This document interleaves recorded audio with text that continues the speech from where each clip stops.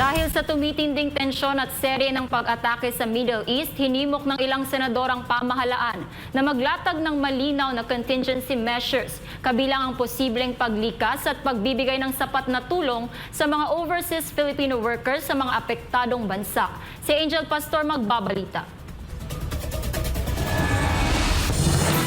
Nanawagan ng ilang senador ng agaran at mas pinaigting na hakbang ng pamahalaan upang matiyak ang kaligtasan ng mga overseas Filipino workers sa gitnang silangan kasunod ng malawakang pag-atake ng Estados Unidos at Israel sa Iran at tumitinding tensyon sa rehiyon. Humiling si Senator Erwin Tulfo, ang chairman ng Senate Committee on Foreign Relations, sa Department of Migrant Workers o DMW at Overseas Workers Welfare Administration o OWA na agad maglatag ng recovery plan hindi lamang para sa mga OFW na nasa gitna ng kaguluhan, kundi pati sa mga nakatakda ng umalis patungong Middle East ngunit naantala dahil sa krisis. Anya, marami sa mga ito ang nagmula pa sa mga probinsya at nakapaglabas na ng malaking halaga para sa medikal, dokumento at iba pang requirements. Iminungkahi rin niya ang paggamit sa 2 bilyong pisong agarang kalinga at saklolo para sa mga OFW na nangangailangan o Action Fund upang makapagbigay ng agarang pinansyal at mental health support sa mga apektado.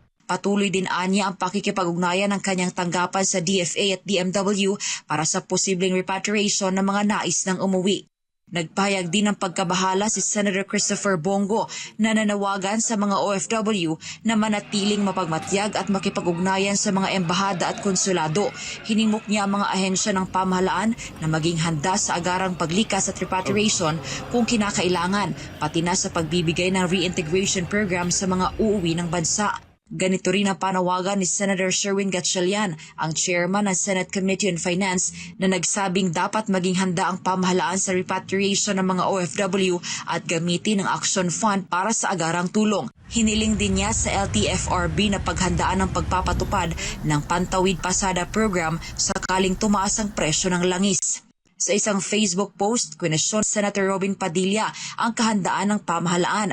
Anya, ilang linggo nang naghahanda ang Amerika at Israel sa kanilang pag-atake sa Iran at kung napaghandaan ba ng gobyerno ang kaligtasan at paglikas ng ating mga OFW.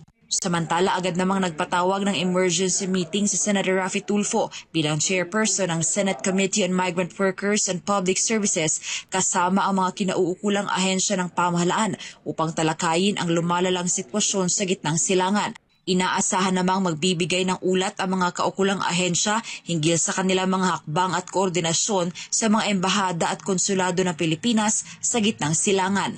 Para sa Diyos at Pilipinas kong mahal, Angel Pastor, SMNI News.